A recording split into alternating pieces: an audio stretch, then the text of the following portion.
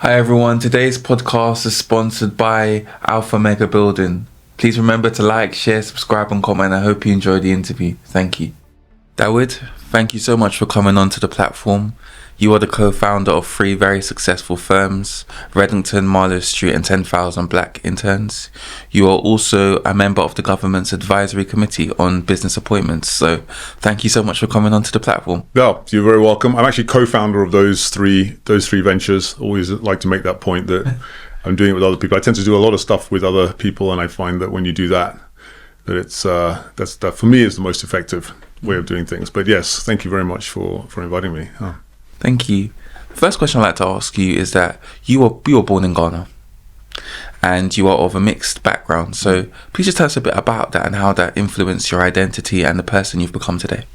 Yeah, so you're right. My father is Ghanaian and my mother's English. So my mother's white, my father's black, and I've always grown up with this mixed dual heritage, which is very interesting because growing up in Accra, Ghana, people often saw me as white. They'll often say, "Oh, that's the white guy over there." In fact, I was in Ghana recently, and some woman in the middle of nowhere stopped me and just said, "Can I have my picture taken with you?" And I said, "Yeah, of course, no problem." And so we had the picture taken. I didn't know why, and I said, "Why do you want your picture taken with me?" In the many days past, years gone by, it was because people thought I looked a bit like Lionel Richie. But now without any hair, it wasn't so obvious. So I said to her, "Why?" And she said, "Well, because we don't get white people around here very often."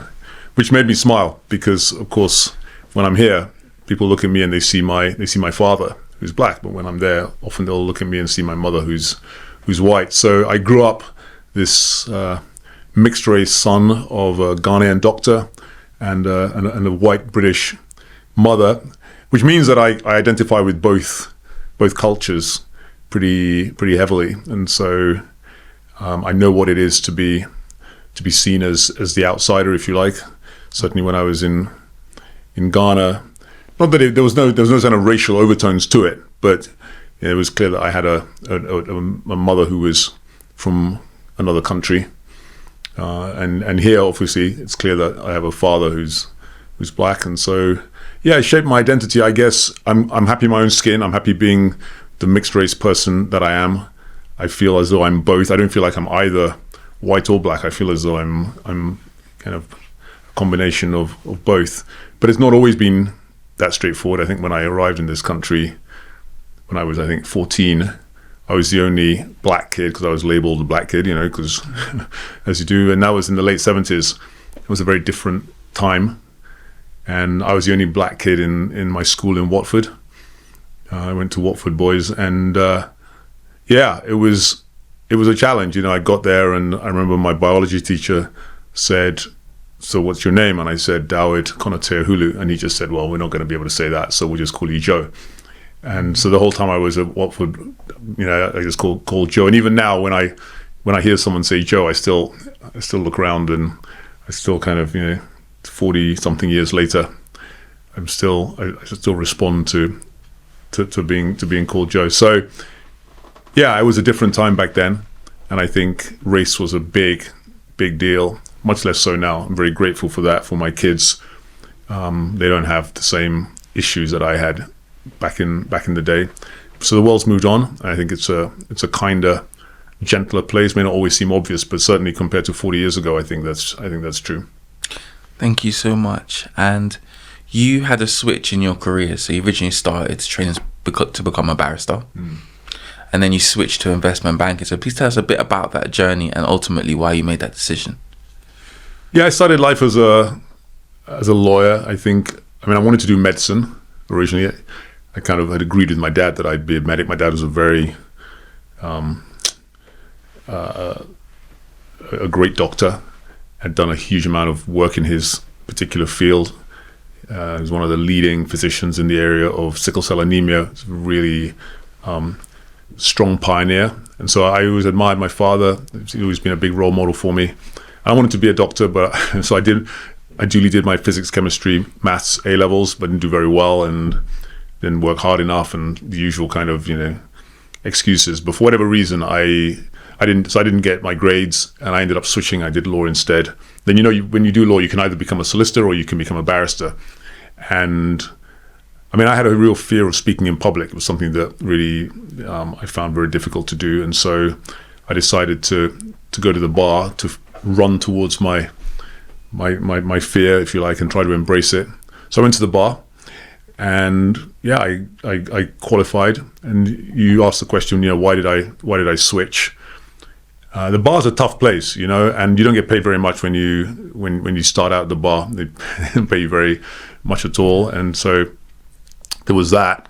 But also, in addition, I just found it quite a demanding place in those early years. I mean, I had my first experience of what I call a kink in the hose pipe. So, I give the example. Imagine you're watering the lawn, and the water just stops, and you think, well, why has someone turned off the tap? I'm watering the lawn, and you go and you look, but the tap is on, and the water's flowing, and then you think that doesn't make any sense. The tap is on, but the water's stopped. Then you realize, there's a kink in the hose pipe. So you go, you find the kink, you unkink it, but still no water flows. Mm-hmm. That's interesting. The tap is on, unkinked it, the water's not flowing, and then you realize, of course, there's more than one kink in the hose pipe. Now you go kink hunting, you unkink the thing, and the water flows. And I think in life, very often, when you're from a background, doesn't just have to be. It's not about race necessarily. If you're a woman, very often you'll find the same thing. If you've got a disability, you'll find the same thing. That there are these kinks in the hose pipe of life. The water's flowing, and suddenly it just stops. And for me, in the early days at the bar, that's what happened to me. I was interviewing for a pupillage, which is like an internship, and then after that, you'd get a tenancy. Tenancy is when they take you on, and you're now not employed, but you're self-employed, but as a barrister now. So your second pupillage is really important. And I was interviewing with this set of chambers down in the Temple, and they seemed to like me. I liked them. They asked me a bunch of hard questions. I seemed to answer them. It was all going well. But then at the end of it, they said, look, we'd love to offer you the pupillage. We like you. We'd like to do that. But we can't offer you the tenancy that comes after the pupillage. And we just wanted to put it out there and just be very candid with you. It's a bit hard for us, they said, but essentially the problem is that and they were kind of beating around the bush, but eventually they got to it. They said, look, we took on a black guy last year, and we can't do it 2 years in a row. So you can come and do the pupillage, but not the tenancy afterwards. So I did the pupillage, and then I left the bar, and I went into the city where they were a bit less fussy about these things. And I started as a lawyer. So I was a lawyer inside a bank. Did that for a few years, and then I switched into mainstream investment banking, and that happened really because I spent a lot of time working with some of the senior guys in the bank, helping them get out of some contracts that they'd got into. One of the MDs had found himself in some contract where he'd been tricked into it in some kind of way. I don't know what happened, but somehow another bank had put us into this contract without us really understanding exactly what was going on. They hadn't given us all the information. We needed to get out of it, and somehow I managed to find a clause that allowed us to walk away from this contract. Anyway, I got to know this guy, and he said, look, I think you should think about becoming an investment banker. Back in those days, very early 1990s, that was the kind of thing that could happen. I think now, I don't think that would happen, taking a guy from the legal department and putting him into mainstream investment banking. But that's what happened. And I wasn't really a complex derivatives guy, and in fact, to be honest with you, I really struggled my first couple of years. Nearly got myself fired, and I nearly got myself fired a couple of times because I just wasn't cutting it. But eventually, I figured it out, and it was really because people took an interest in me, which is why I've always been very affected by people taking an interest in other people. I like it when I see other people who look at other people and just say, look, they're struggling. Let me see if I can help. Because that's what's happened to me. If I look at my story, it's really about people taking the time to look at me and just think, this guy needs some help. Let me help him, and stepping out of their way to make that happen. And a couple of my bosses in those early days when I first started banking and I was struggling and I was out of my depth did exactly that. This guy called Tim Pettit. He took the time to just sit down. Morad Malouji, another guy. There's a bunch of people who kind of sat with me and helped me to understand, this is what this is. I remember I didn't even know. I think spreadsheets had literally just been invented. Mm-hmm. And I didn't even know I just had no clue I didn't know what a spreadsheet was. Mm-hmm. And I remember Morad Malouji, he took me aside and he said, okay, this is how it works. This is what a spreadsheet is. You put numbers in here and you can do this. And hey, look, two numbers next to each other, you can multiply them together. This is how the whole thing works. This explained it to me. That was like 91. And I think back then we used something called Lotus 123, which was a pre-Excel version. So it's all new, but for me as a lawyer who'd had no exposure to this was all powerful stuff. So there's all these individual people, Tim Pettit, Maureen Maluji, Duncan Goldie Morrison, who was the guy who pulled me out of legal and put me into mainstream investment banking. These are all people who helped me on my journey. And I think it's so important to do that. And so even today, something that I'm very, very concerned about is helping other people to come up the ladder. It doesn't take very much very often. So I like to encourage other people to do the same thing as well. Yeah. I think that's really powerful because so many young people want somebody to take an opportunity, take a chance, take a risk on them.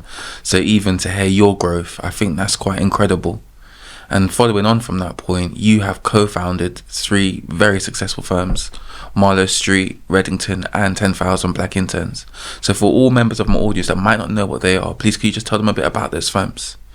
Yeah, so Redington is a successful independent pensions, insurance, and wealth advisory or consultancy firm, and it's something that we set up in 2006. I set it up with another guy, Rob Gardner, who's one of my closest friends, and we've done a lot of cool stuff together. And like I said earlier, I think if you're going to be an entrepreneur and do something, very often it helps to do it with someone else. Two is so much more powerful, the yin and the yang, if you like. He's a very different guy to me. He's much younger than me. Well, much younger. He's like 15 years younger than me. So there's that kind of dynamic, which is different. We led the firm together. So we were co-CEOs together. We set it up together. We put the same amount of money into the firm to set it up. It wasn't a huge amount of money, but we put in together and started it together. We started in my attic, but then also we kind of morphed a little bit, and then a little bit in his kind of small dining room, small bedroom. In Islington, same thing, and we kind of, between the two of us, we built this firm, and we had a whole bunch of other people who worked alongside us. But we really did build this thing from nothing. And to be honest with you, we were coming from the banking sector into an area that we were really not from. It was really an area that was dominated by the actuarial profession. There were 3 huge firms that dominated the whole landscape, and so us coming along and setting up our little firm in a little building on the outskirts of Shoreditch. There's no heating in the winter. There was no air conditioning in the summer. I mean, it was brutal those early days. We didn't have enough money to pay our staff. So in the early days, we didn't pay ourselves anything, Rob and I, actually, for about 3 years. First 3 years, nothing at all. And that was tough. Those years were not easy. In 2006 to 2009, we went straight through the global financial crisis. And that was an incredible experience to come up against just after you set sail. Someone has said that to be an entrepreneur is to set sail in a really small boat on a vast ocean, knowing that you don't have what it takes to get to the other side, but you set sail anyway. And that was very much us. And as soon as we set sail, then this storm, the global financial crisis hit. And so we didn't have enough customers. We were trying to hire people, and we couldn't borrow any money because it was a credit crisis. So by definition, no one was going to lend us any money. And there were often times when we were just like, how are we going to get through this? But we did, and the technology, the new thinking about how to manage risk for pension funds was something that we were pushing very hard, and it really did our clients a huge favor as they went through the global financial crisis, because this was all about hedging risk and hedging against falling interest rates and rising inflation, which combined is something called the real yield, so falling real yield. And right the way through the financial crisis, most pension funds took a big hit through the volatility in the markets, but our clients were all hedged.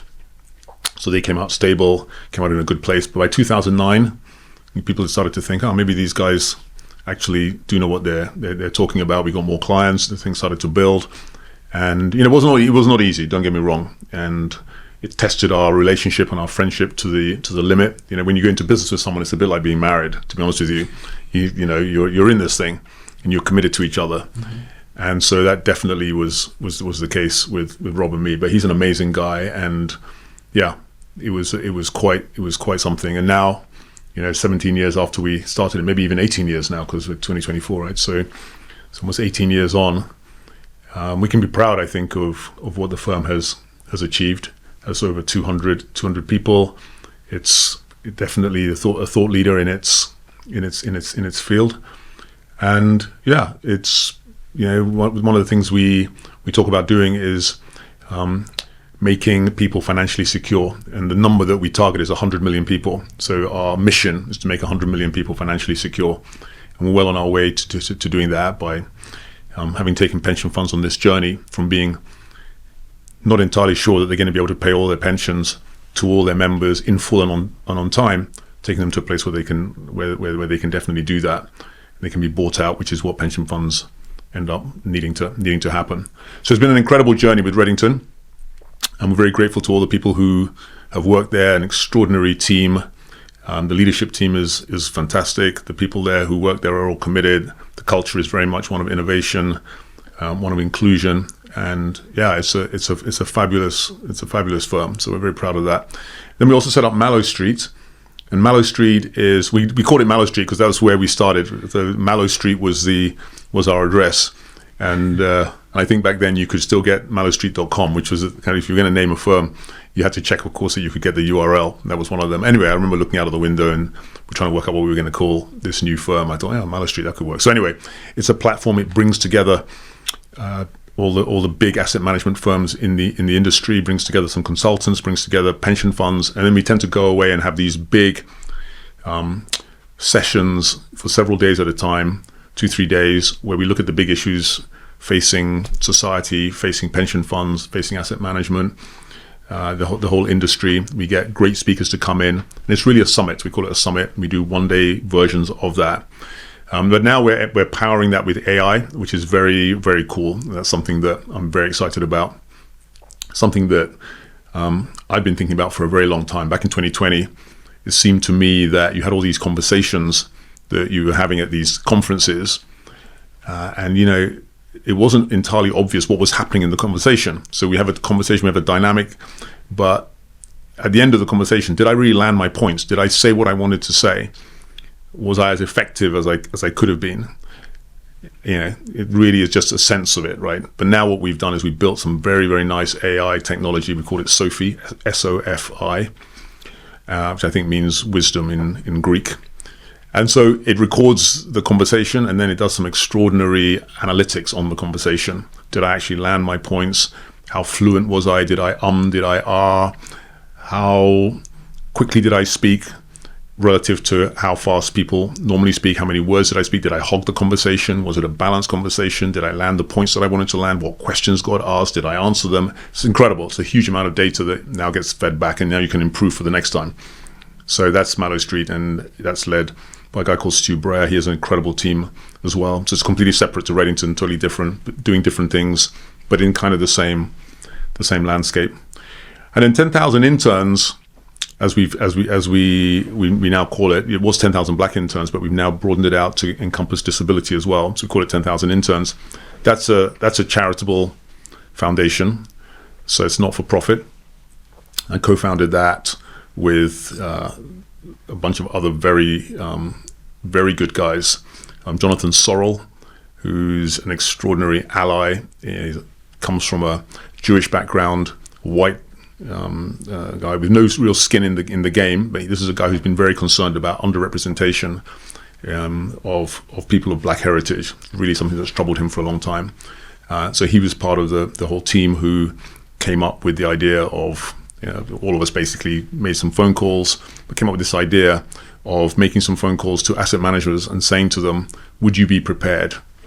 Would you be prepared to offer an internship to an undergraduate or someone who's recently graduated, someone of black heritage, and give them a role in the front office? So we're not talking here about getting them to send a fax or make coffee or run to the post office. These are putting people in front office positions. Would you be prepared to do that for 6 week internship, paying them for that time? So we did this back in 2020. It was shortly after the murder of George Floyd, so everyone was very reflective. If you remember, it was a time during the pandemic. There's a lot of quiet in the country. Everyone was just pausing and thinking and reflecting on the way the world is and how we can do things better. So I think the timing was right when we started knocking on doors and picking up phones and just saying to CEOs generally, or the C-suite, would you be prepared to do this?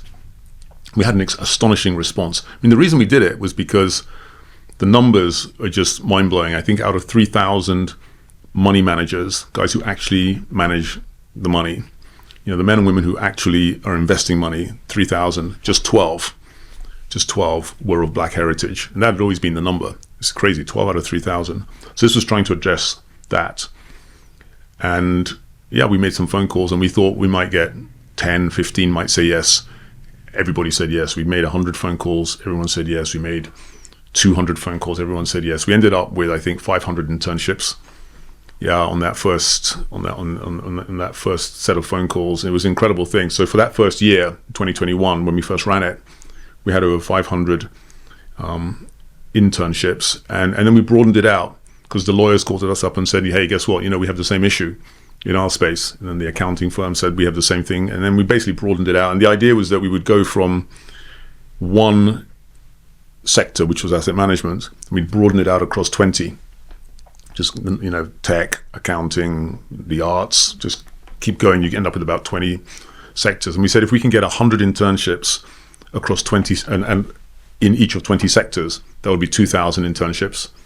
And if we do that for 5 years, then that's 2,000 times 5 is 10,000, which is where we got 10,000 black interns from. And it's been an incredibly powerful thing to be in a part of. I have people still coming up to me, and not just me, but to Will Kolade, who's one of the other co-founders, Michael Barrington Hibbert, you may know, who's one of the co-founders, Stu Breyer, Faye Woodhead, Jonathan Sorrell, who I already mentioned. They come up to us all the time and just say, this thing has really profoundly affected my life and has given me a chance that I didn't think I would have. I had one young guy, and his story was really powerful. He said, I think he was at Leeds University. He was heading for a first. Everything was going well, but he said, in my final year, a few weeks before my exams, I was just so depressed because I'd sent out my applications to any number of people and any number of firms, and I got like 100 rejections, 150 rejections. Everything that came back was like no, or they didn't even bother replying. And he said, my dad called me late one evening and said, how are you doing? And I said, I'm really so depressed. I just don't even think I can do my exams. And his dad said, well, look, you're heading for a first. I mean, this is going to be something very special. And I said, Dad, I just don't think I can do it. And he said, and his dad said, what are you going to do? He said, I just can't do it. He said, I was just at the end of my wits. I didn't know what to do. And then he said, I got a phone call from a friend who said, have you heard about this program? Just apply. And he said, there's no point. I would keep applying. I don't get it. And the guy said, well, just try. Nothing to lose. The only problem was that was the closing date. It was literally that day was closing in 3 hours. He had like 3 hours to apply. Anyway, he went home, he applied, and he didn't expect to hear anything back. And he did. He said, I got 3 interviews, and he said, I got my degree, and now I think he's at one of the big asset management firms, and he's got a job there.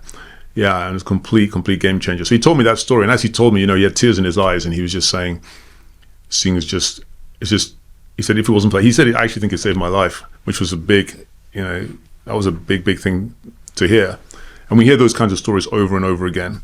So I think it's been one of the most purposeful things that I've ever been a part of. I'm, very proud to be able to say I'm a co-founder. I played an equal role with everyone else. I mean, we all played different roles. Jonathan Sorrell actually probably played the biggest role of everyone of anyone in the whole process. Been an incredible ally, and I really want to give him all the kudos for what he did.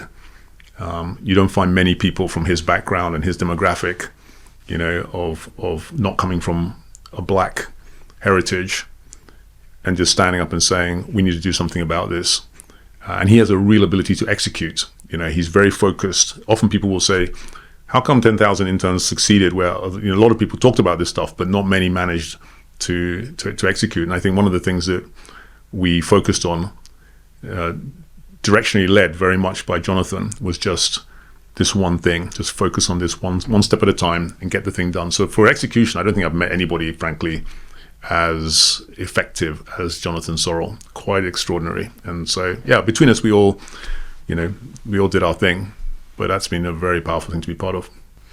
And an incredible thing about you is that you met Elon Musk, at the Prime Minister's fireside chat. So please tell us a bit about that experience and also what you think about the rise of AI.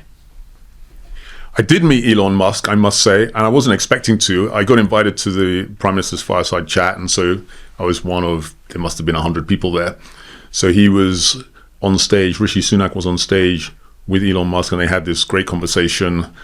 I thought the conversation was a very illuminating one around AI, the rise of AI. I think Elon Musk makes the point that there will come a time very soon where, frankly, humans to work is going to be optional, basically. And he says that time is coming very soon, and he's got a real passion to make sure that AI is controlled. That's really what he's talking about. So AI is an incredible force. It's a wave, if you like, that's coming towards us. They talk about these different waves. The first wave, I think, was fire, and then after that you had the wheel. So we're going back, multiple 100,000 years. But then eventually we get to the age of steam. That was another, or the printing press. I think printing was another wave, changed the game again, and then the industrialization of a lot of the world, and the advent of steam and steam engine, that again changed the game. That's another wave. And then the internet arrived, and of course, as we all know, that's been a wave that's been incredible. But now AI is here, and it's the next wave. And yeah, there's no doubt that I think in our lifetime we're going to see extraordinary change. But after this conversation, which was really around AI and around how exciting it is, but also it brings with it its challenges. I think the Prime Minister made this point and said, we need to work as a society.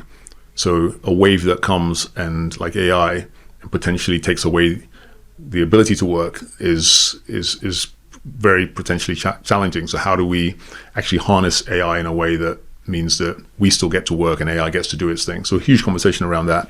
But then afterwards, there was a kind of an ante-room, and there was, we all kind of went back there, and the PM kind of said, well, let's just go back and chat. So we did, and it was all a bit surreal because there was the Prime Minister was having his conversation here, and then Elon Musk was having his conversation here, and then will.i.am was also there having a conversation. I actually said to will.i.am, like, why are you, what are you doing here? He said, I invest in AI, and I think AI is going to change the way music is produced. And I said, like, how? And he was very interesting. He was saying at the moment, the song gets written, someone sits down, keyboard or guitar, and they write a song, right? Or they write the lyrics, and then someone else puts the tune to it.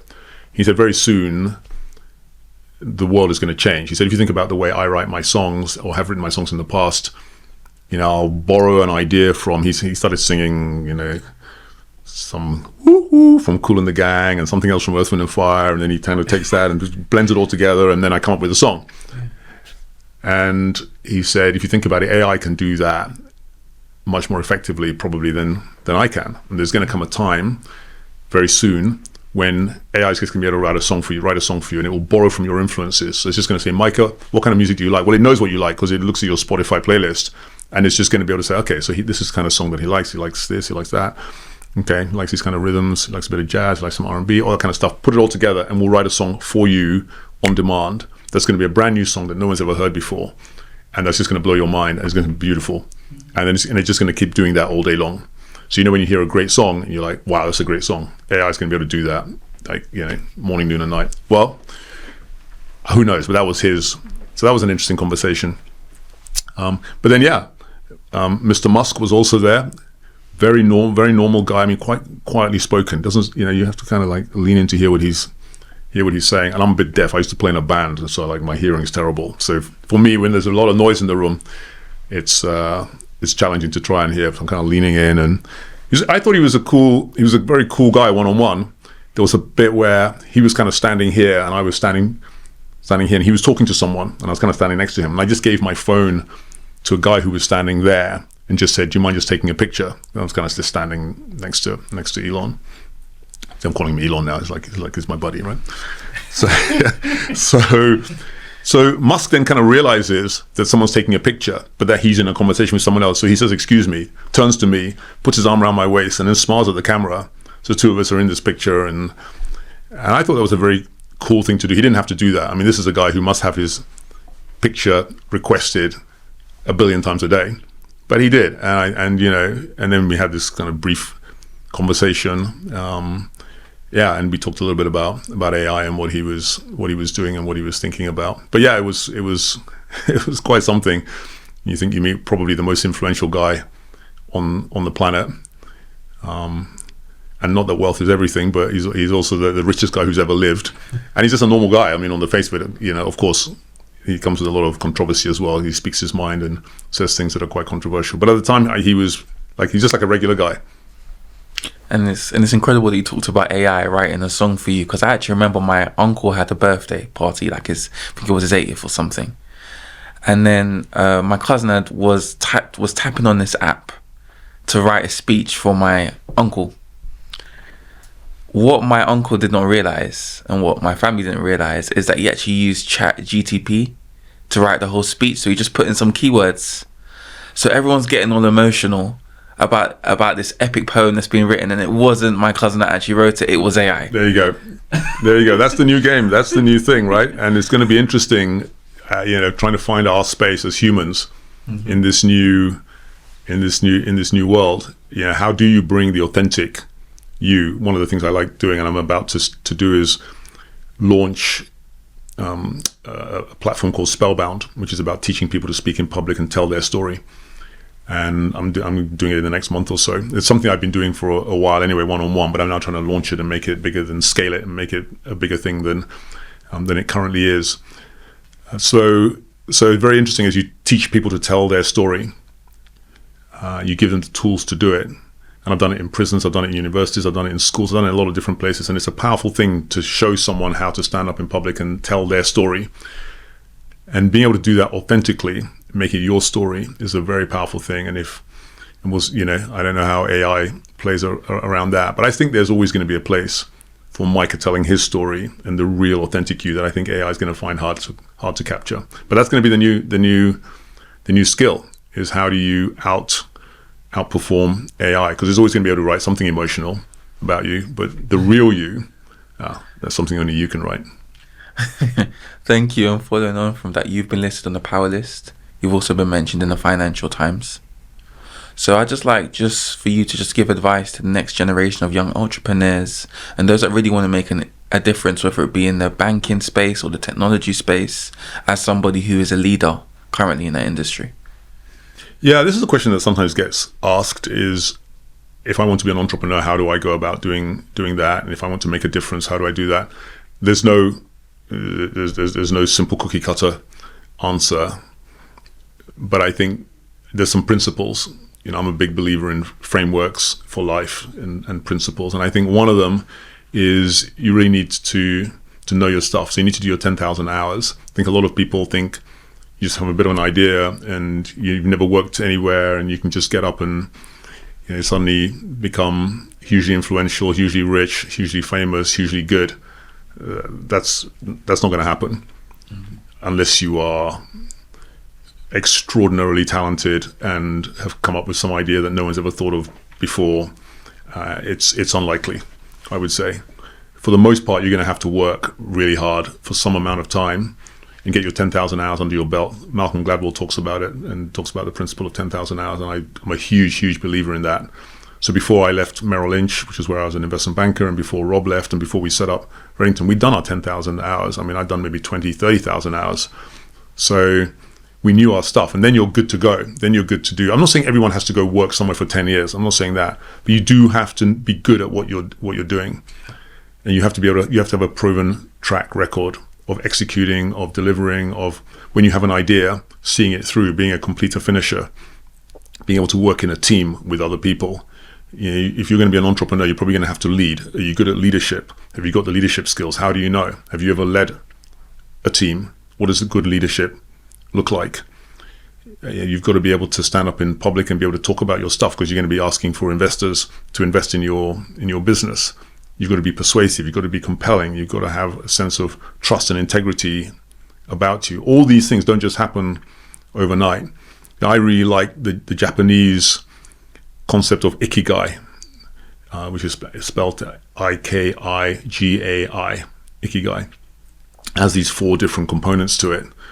And I'm a big proponent of that. So the first is, it says be good at what you do. So that's kind of the first circle. The second is love what you do. So it's all very well being good at it. Some people are very good at it, but just like, I've been doing this forever and I just don't do it anymore. You've got to love what you do. And then the third piece is it's got to have some way of impacting the world, making the world a better place. Be good at what you do, love what you do, and change the world in some way. You can be good at it, you can love it, but basically it doesn't do the world any good.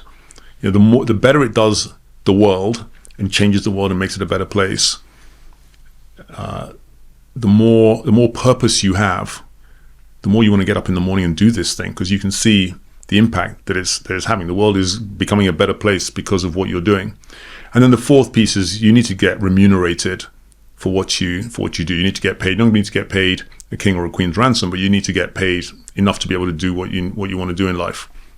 Those four things: love what you do, be good at what you do, have a sense of purpose about what you do, get paid for what you do. Those four things together are what the Japanese call ikigai, and I like that. And I think I often will tell people that's what you're aiming for, but it's not a today thing. Those things don't happen today. You don't get super good at what you're doing today. You don't often learn to love what you do. I mean, I spent years doing stuff that I didn't love it. I mean, a couple of times I nearly got fired. I told you about that because I just was struggling with what I was doing. It wasn't until someone came and said, put their arm around me and said, this is how you do business. This is how you do deals. This is what it takes. And then eventually you get to love it. Eventually you go, okay, I can do this. I've done my 10,000 hours and I love it now. I'm good at it. And then also the idea of changing the world in some way. Often it takes years to get to a place where you're doing something that has a real sense of purpose, a real sense of value to it. People are drawn to what you're doing because you're changing things. And then eventually people will pay you for what you do. Those things don't happen immediately. It can take even 20 years. I've been working now 35 years. It takes a long time for ikigai to fall into place. And I think often people want it like now. If I'm not great at it, and if I don't love it, and if it's not changing the world, and if I'm not getting paid a huge amount of money, then you know what? I'm gonna go and do something different. And then you just kind of swerve and go right, and then you start the whole thing again. It doesn't work like that. I don't think. It's my view. I think those four things to come together and to snap into place, it takes time, and it's a patience thing. So I would say work on those. Have a real vision. Have a real passion for what you want. Find your groove.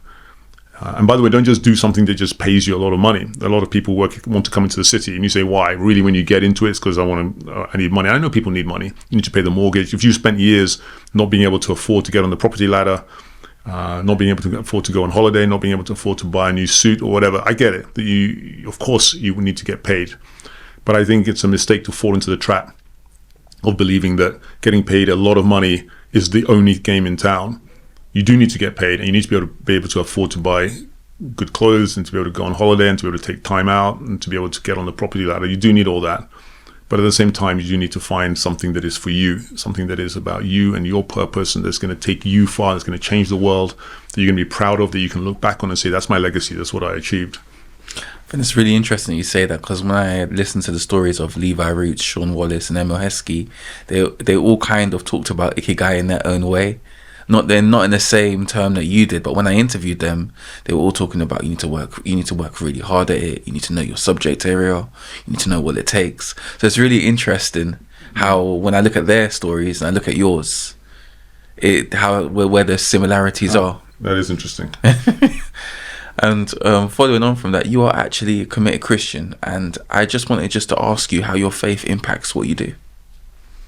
Yeah, I have a very strong belief in God. I was brought up that way. My parents were very strong believing Christians, and it has very much impacted me, I think, in a couple of different ways. Many times I've found myself out of my depth and struggling, particularly when I changed, for example, from law to investment banking.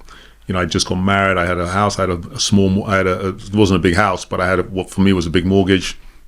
And I suddenly found myself moving from a domain that I was doing okay in, which was law, and now I found myself in the world of complex derivatives, structuring, and marketing. And there were times when I was just like, I told you I nearly got fired, and at times like that, my faith has been the thing that has really kept me going, and a sense that it's not all in my hands, that it's bigger than me. And I think so many people struggle today, and I think they feel the water is up to here, and they feel like they're drowning, and people increasingly are coming to the end of the road, and they're just like, young people struggling with anxiety, struggling with all sorts of problems, and a large part of it, I think, is you feel you're on your own. There's only me, and I'm going under, and all this weight of expectation on me, and I think I know what that I have a sense of what that feels like, but for me, underpinning it all has always been this strong faith that there's a God who's in control of my life, who understands every aspect of my life, who's in control of every detail of it, who's picked me up when I've fallen down. And so I think I've been very blessed through my career. If I look, there are many times when I felt what you might call God's favor on my life. There's a verse in the book of Psalms which says, in which the psalmist is writing, and he says, "The lines have fallen to me in pleasant places." And what he means is the boundaries of my life have fallen to me in a pleasant, in a good way. Yes, of course, not perfect. Life is not, there's lots of bits about life that are hard that you'd like to change. But actually, when I look at it and I compare myself to pretty much anywhere else in the rest of the world, and I've traveled a lot, and I've seen a lot of people. And if you just look at what's happening right now in the Middle East, for example, or what's happening in Russia, Ukraine, what's happening in so many parts of the world, we can honestly say, Micah, when we look at our lives, that the lines have fallen to us in pleasant places. We're here in sunny West London, and basically the lines have fallen to us in pleasant places. And I really feel that, and I feel that that's not because of anything that I've done or earned at all. It's really been God's favor on my life. So, I feel one of my values. I feel that people should have values. They're hard to live up to sometimes, but one of the values that I espouse very much is compassion, and I feel that because other people have had compassion on me, and I really feel as though through my faith, I also believe that God has had compassion on me, and these lines have fallen to me in pleasant places. So when you say, oh, you've co-founded this and you built this and you built that, kind of but I could not have done it without the support of my wife, my family. I have an amazing wife who's been a huge supporter of me as I am of her. She's a lawyer in the city, but also God has been a big part of that as well. I think that's powerful. Even when I resonate upon your faith, I never thought 3 years ago I'd be interviewing people like you. 3 years ago I was doing this in my room in front of a camera. And, when you see how God, as it were, takes humble beginnings and develops it into something else. And even looking at where you've come from, it's very inspiring. So even following on from that, one thing that I'd like to draw upon is that you faced a battle with prostate cancer. I did. And the reason why this kind of is something that is close to home for me is that I know many people in my community that have also battled with it. So please can you tell us about your battle with prostate cancer and ultimately what got you through that? Yeah, I mean, prostate cancer is the biggest killer of men.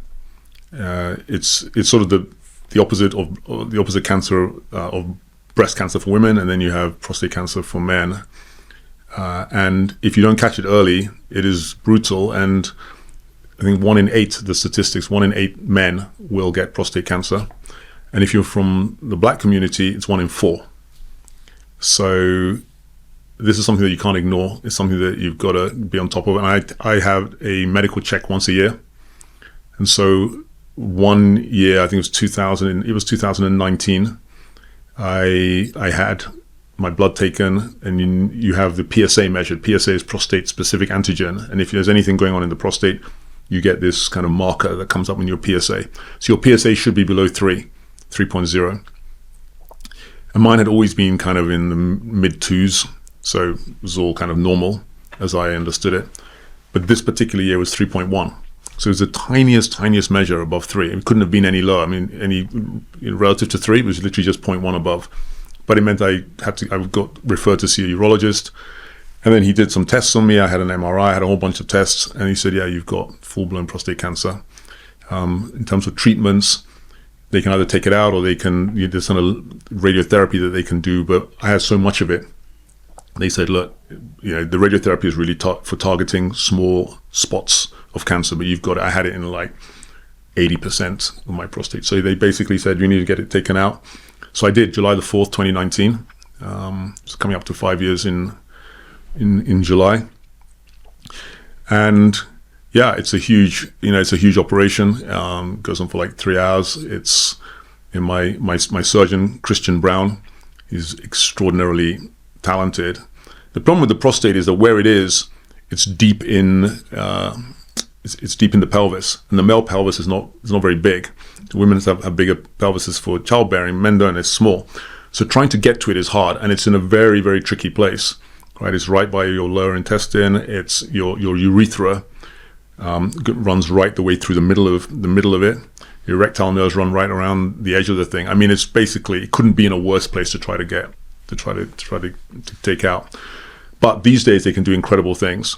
And so it got taken out, and now 5 years on the face of it, cured. I mean, I think when you get to like 5 years, it's a big marker. And then if you get to 10 years, that's when you can really say this thing isn't coming back. But my surgeon tells me that he feels like I've had a great result. Yeah, it was quite something. When you sit in the chair in the doctor's room and he or she tells you, I can confirm to you that you've got, no, you can't confirm, but just says you do have prostate cancer and we need to do something about it. That's a big moment. I think everybody kind of assumes that when you say 1 in 4, most people think, well, I'll be part of the 3 that don't get it. Just intuitively, there's a voice in your ear that says, well, it won't be you. Everybody knows that some cancer is, I think 1 in 2 people get some form of cancer, and everyone's like, yeah, well, it'll probably be the other person. Just we have these sort of innate voices that tell us it won't be us, but then suddenly it is you, and you got to deal with it, And I think that my faith there was a very big part of me being able to say, you know what. I told my kids, I said, I told them that I had prostate cancer, and of course it's a big shock to your children. My children are in their 20s, so telling them was a big deal. And of course, nobody wants to hear their father tell them that they've been diagnosed with prostate cancer. And so of course they want to understand what's the outlook and so on. But I remember telling them that, this is in the hands of God. And I said to them, I have an amazing family. I love you guys. You're an extraordinary family. You have an extraordinary mother. I love your mum. My wife, Rachel. And I said, what will be. And I have a great surgeon, and I believe that it's going to be okay. But whatever happens, it's fine. I went out with a great friend of mine for dinner the day before, a guy called Marcus Taverner, who's King's Counsel and an incredible guy.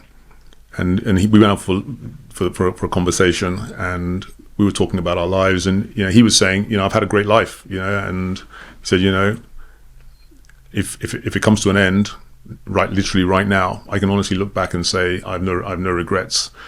And I think I was in the same place. I was looking back and just saying those lines that have fallen to me in pleasant places just mean that at my age, I think I was then 55. It was like, no one wants to face the prospect of your own mortality at that age.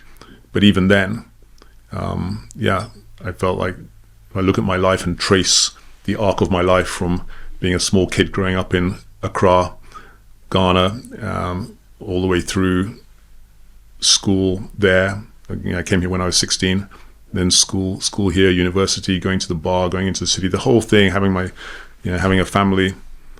Yeah, it was. I can't complain. The lines have fallen to me in very pleasant places. So handling that was the biggest thing I think I've probably ever had to deal with from a health perspective, certainly. But here I am. I made 60. I was 60 in August, and it's an incredible thing. When you got diagnosed, I wasn't even sure. Would I even make it to 60? But here I am, looking forward to my next decade. I got a lot of stuff that I'm trying to get done. So, yeah, that's really inspirational and very powerful too. I can't imagine what that must have been like for you. So, thank you for just being so bold to share that. No, I think it's important, and I think if you are any man, if you're in your late 40s, maybe touching 50. Certainly if you're in your 50s, and certainly if you're of black heritage, you should get checked out. You should just know what your PSA is you probably don't need to do it until you're in your, if you're of black heritage, you should probably be thinking about it in your early 40s, just to get a baseline. I had no real understanding of what normal looked like, when it came to PSA levels. But essentially, it needs to be well below 3. Mine was 2 point something. It should really have been 1 point something. I didn't know that. Nobody had told me that. So you need to know what your PSA level is. And you can get it done by your GP. You can get it done. If you want to get your PSA taken, you can get it done. And you should definitely get it checked out. And a lot of our community often just resisted. There's a lot of myths and taboos around prostate cancer, but I would strongly urge you just know what it is. The number of people who go for a test because they hear someone like me speaking, or because they hear an advert somewhere talking about it, they go and they get a test and they suddenly discover, oh, my PSA is 19 or 25 or 72. Well, it means you've got a problem. You've got to do something about it, right? But you won't know until you go and get it tested. So go and get it checked. And these days they can do incredible things. Thank you so much, Dawid, for just sharing all of your experiences. Thoroughly enjoyed interviewing you. I know that my audience is going to take so much away from this interview. So thank you so much for coming on. It's been a pleasure. Thank you. And congratulations on all you're doing as well. Great to see this. And I'm very, very appreciative of you taking the time to interview me. Thank you, Micah. Thank you.